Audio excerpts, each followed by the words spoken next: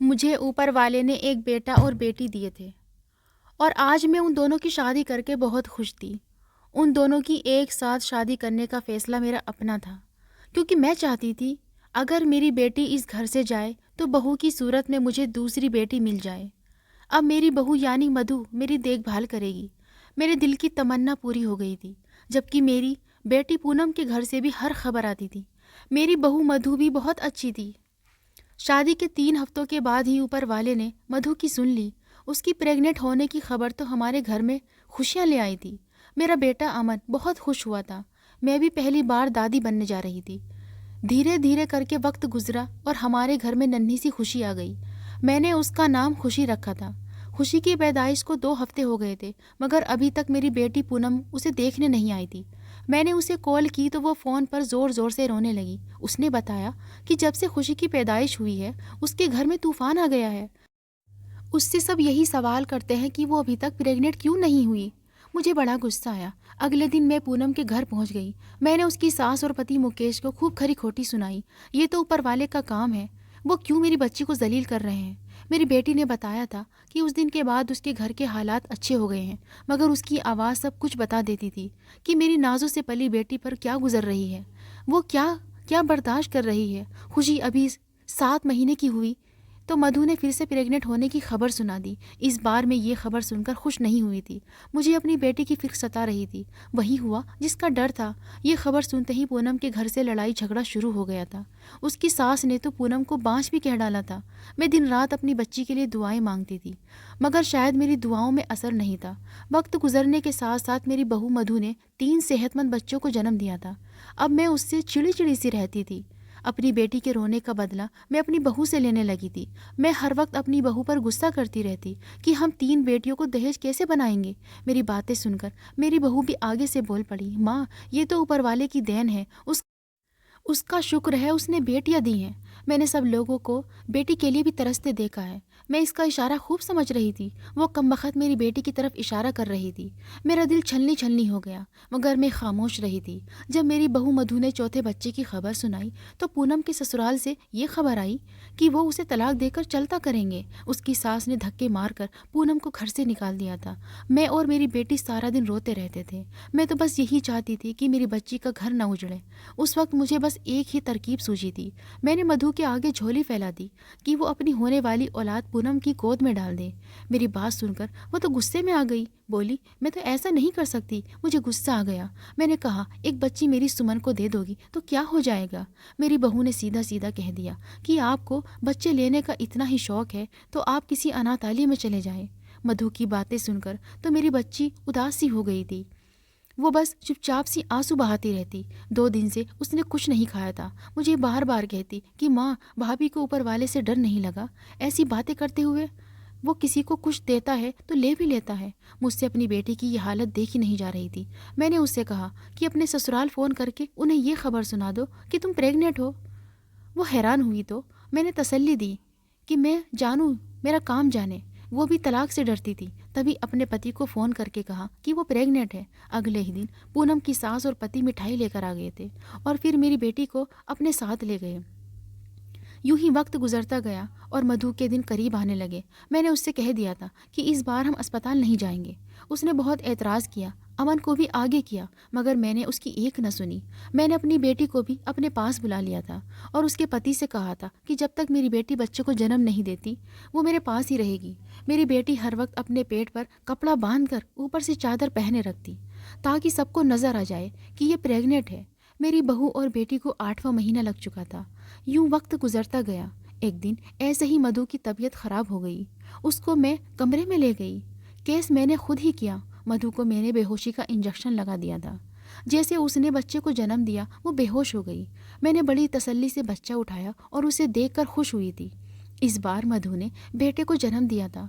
अब मैं बच्चे को पूनम के पास लेकर गई और बोली, ये पकड़ अपनी औलाद। बच्चे को देखकर पूनम तड़प सी गई थी। वो रोती जाती और बच्चे को प्यार करती जाती। ये देखकर मेरा दिल खुश हो गया था। मधु अभी तक बेहोश थी। मुझे कल किसी ने बताया था कि सड़क के पास एक कुतिया ने 8 बच्चे दिए हैं। मैं उधर चली गई। कुतिया लेटी आराम कर रही थी। मैंने आंखें बचाकर एक बच्चा उठा लिया। उसको चादर के नीचे छुपाकर अपने घर आई थी। मैंने वो बच्चा मधु के साथ लिटा दिया। वो जैसे ही होश में आई चिल्ला पड़ी। मैंने कहा, मुबारक हो मधु, तुमने कुत्ते को जन्म दिया है। मेरी बात सुनकर वो हैरान हो गई और रोते हुए बोली, माँ जी ये कैसे हो सकता है। वो अभी बात कह रही थी कि अमन भी घर आ गया। मैं अमन के गले लगकर रो पड़ी थी। वो भी घबरा गया था।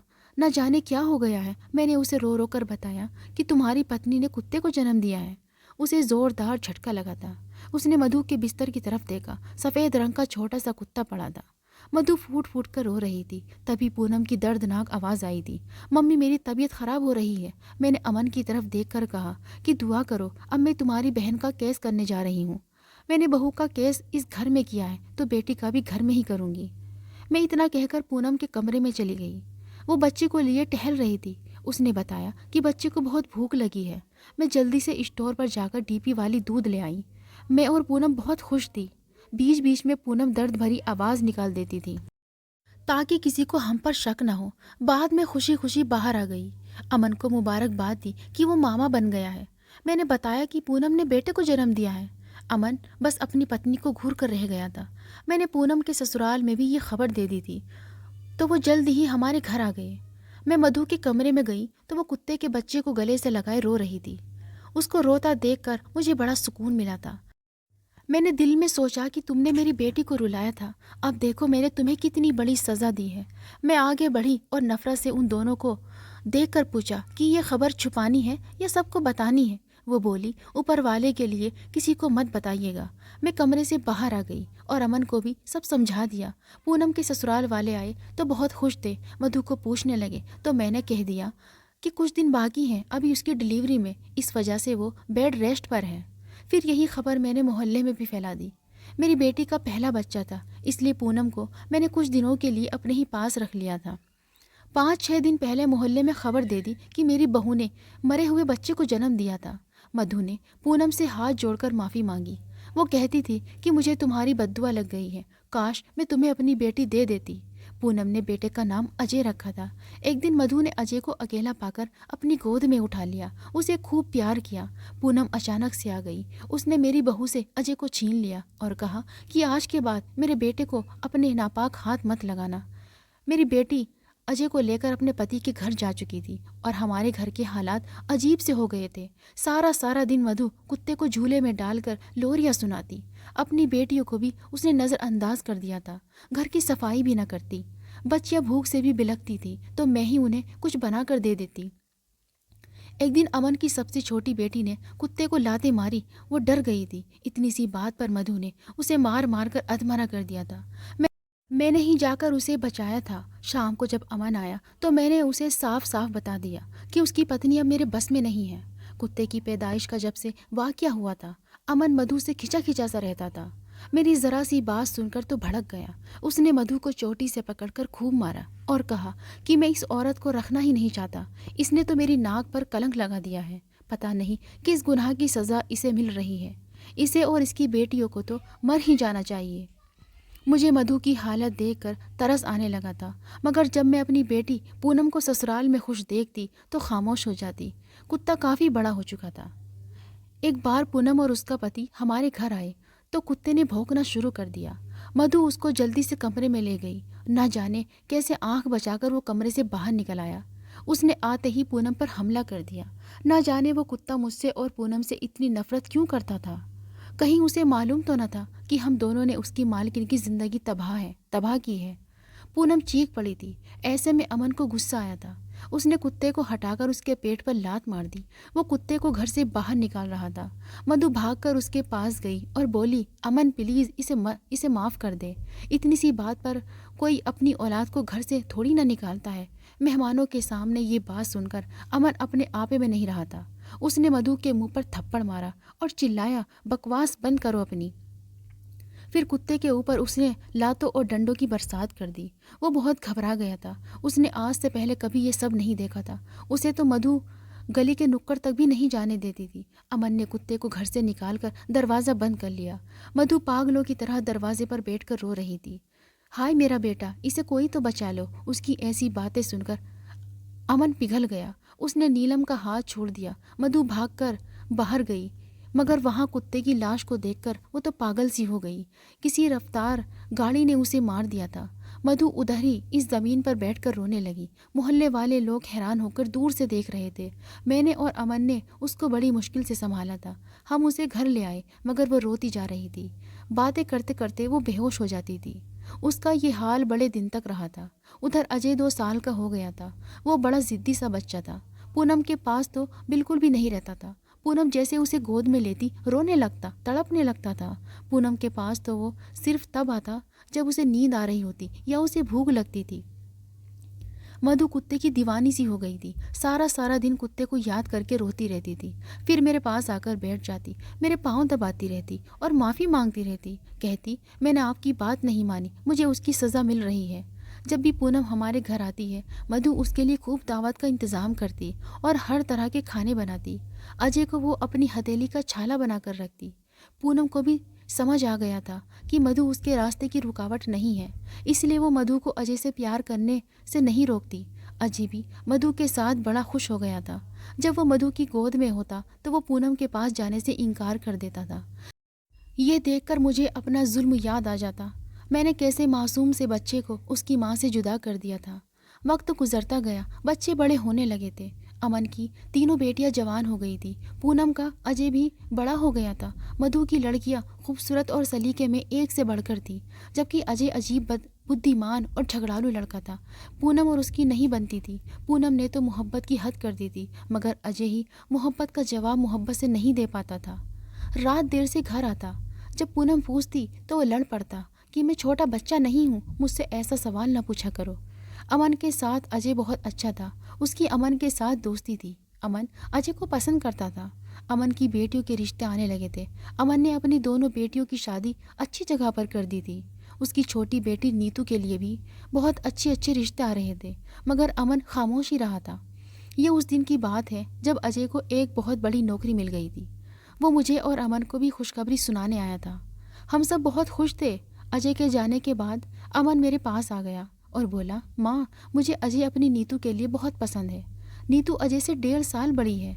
इन दोनों में कोई इतना फ़र्क नहीं है। मैं चाहता हूँ आप पूनम से इसके रिश्ते की बात करें। अमन की बात सुनकर मेरा तो दिल ही बैठ गया था। मुझे समझ नहीं आ रहा था कि मैं क्या करूँ।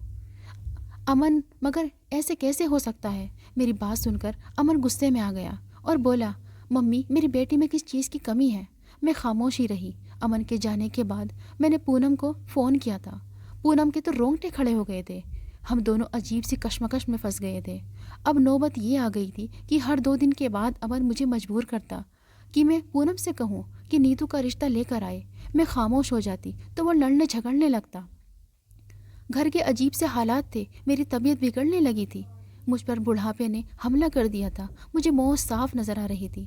मैं चलने फिरने के भी काबिल नहीं थी। अमन मेरे सामने चलता था तो मैं सोचती थी कि अपने ऊपर से ये बड़ा बोझ उतार कर फेंक दूं, मगर मुझे फिर इस बात का डर सताता था कि अमन मुझे घर से बाहर ना फेंक दे। कभी कभार याद आती तो मैं कशमकश के बीच फंसकर रह गई थी। मगर मुझ जैसी मतलब परस्त औरत ने एक बार फिर से दुनिया को चुन लिया था। मैंने पूनम को फ़ोन करके कह दिया था कि वो अजय का रिश्ता नीतू के लिए ले आए। वो भी मुझ पर बरस पड़ी थी। माँ, आप कितनी खुदगर्ज औरत हैं। आपने मुझसे कितना बड़ा गुनाह करवाया है। अब आप चाहती हैं कि एक बार फिर मैं इतना घटिया काम करूं? पूनम की बातें सुनकर मेरी आंखें खुल गई थी। मैंने अपनी आखिरी ज़िंदगी भी ख़राब की थी और अब यही औलाद मुझे कसूरवार ठहरा रही थी। गुस्से में मैंने कह दिया, ठीक है, फिर बुढ़ापे की तलाक के लिए तैयार हो जाओ। वो भी रो रही थी। कुछ दिन के बाद वो अजय का रिश्ता लेकर आई थी। माँ ने झट से हाँ कर दी थी और अगले रविवार को शादी की तारीख भी दे डाली थी। मैं सारा सारा दिन पड़ी रोती रहती थी। फिर धीरे धीरे करके रविवार का दिन भी आ गया। पंडाल सज चुका, मेहमान भी सारे मौजूद थे। जैसे ही शादी की रस्में शुरू की गई तो मैं चिल्ला उठी थी, ये नहीं हो सकता, ये शादी नहीं हो सकती। सब मेरी तरफ हैरत से देख रहे थे। अमन चिल्ला उठा, माँ, आखिर क्यों? मैंने डूबते दिल के साथ कह दिया, क्योंकि बहन भाई की शादी नहीं हो सकती। मुझ में एक शोर गूंज उठा था। मैंने रोते हुए सब सच सच बता दिया था। अजय नीतू का भाई है। मधु की गोद में कुत्ता डालकर कहा था कि तुमने इसे जन्म दिया है। ऐसा मैंने सिर्फ पूनम को तलाक से बचाने के लिए किया था। एकदम से पूरे पंडाल का माहौल ही बदल गया था। हर कोई मुझे नफरत भरी निगाहों से देख रहा था। मधु रोने लगी थी। बस इतना ही बोली थी कि आप लोगों से मेरा हिसाब ऊपर वाला लेगा। मेरी बेटी का पति आगे बढ़कर बोला, आपने जिस तलाक से बचाने के लिए इतना घिनौना खेल खेला था और मुझे इतना बड़ा धोखा दिया था, मैं आपको माफ़ नहीं करूँगा। उसने पूनम को तलाक दे डाली थी और फिर मेरे बेटे अमन ने मुझे घर से निकाल दिया था। मैं माफ़ी के काबिल नहीं थी, इसलिए मैं अपनी बेटी पूनम को लेकर बहुत दूर आ गई थी। हमें पता चला था कि इस वाक़े के बाद अजय बहुत डिस्टर्ब हो गया है। यहाँ पर मैं और पूनम एक दूसरे से लड़ती रहती हैं, एक दूसरे को कसूरवार ठहराते हैं। हम दोनों ने मधु के साथ बुरा किया और किस्मत ने हमारे साथ बुरा किया था। अजय वापस अपनी माँ के पास चला गया था और हम माँ बेटी यहाँ पर दिन रात लड़ती रहती हैं और अपनी मौत का इंतज़ार कर रही हैं। अगर आपको हमारी आज की कहानी पसंद आई है तो इसे लाइक करें और अपने दोस्तों के साथ शेयर करें। और हाँ, आपने हमारा चैनल अभी तक सब्सक्राइब नहीं किया तो प्लीज़ ज़रूर करें।